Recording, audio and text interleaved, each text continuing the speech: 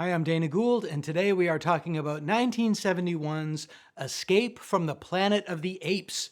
There it is, on Famous Monsters magazine. This film holds a very special place in my heart. It is the very first movie I saw in a theater. The drive-in, to be exact. I was 6 years old, and it was on a double bill with the Al Pacino car racing film Bobby Deerfield. And so it began.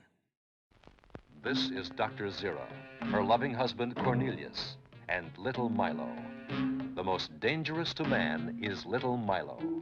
Why? The film was directed by Don Taylor, who was a very accomplished actor. He was in Stalag 17, and stars Roddy McDowell and Kim Hunter reprising their roles as Cornelius and Zira from the original Planet of the Apes, as well as Sal Mineo and a murderer's row of 1970s character actors, including Bradford, Dillman, William Wyndham, M. Emmett Walsh, and John Randolph, all of whom have impeccable, oh yeah, that guy status. But the MVP of Escape from the Planet of the Apes is the screenwriter, Paul Dehn, who also wrote the screenplays to The Spy Who Came in from the Cold, Goldfinger, and the previous Apes entry, Beneath the Planet of the Apes. In Escape, Dehn had to get himself out of a corner that he was painted into. Beneath the Planet of the Apes ended, if you recall, with the world blowing up and everyone dying. Thanks for coming out to the movies. In Dane's defense, his original draft of the film ended on a much more optimistic note, but the story goes that Charlton Heston himself pitched the let's blow it all up ending. Interesting side note, Heston pitched the ending of Beneath the Planet of the Apes, the director hated it, and Dick Zanuck, who was running Fox at the time, said, we can't do that. But then, Dick Zanuck is removed as head of the studio in a boardroom coup organized by his own father. So on the way out the door he says, hey, remember how you wanted to blow up the world? Yeah, do that. But as Heston gamely admitted, they were more clever than he was, and the credit goes to Dan.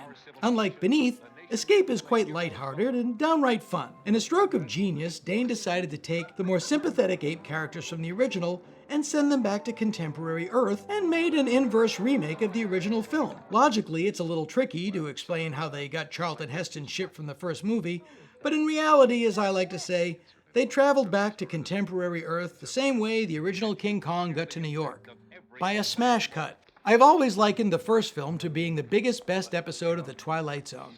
It's written by Rod Serling, it feels like The Twilight Zone. If that's the case, Escape from the Planet of the Apes is the biggest episode of Love American Style ever. It couldn't be more 70s-y if it were a pair of bell-bottoms with sideburns driving a VW minibus to a Steely Dan concert. All until the ending, which in true Planet of the Apes style is as dark can be. In this case, we've already blown up the world. What should we do now? I know! Let's shoot a baby. A bunch of times. On camera. A baby chimp, but still.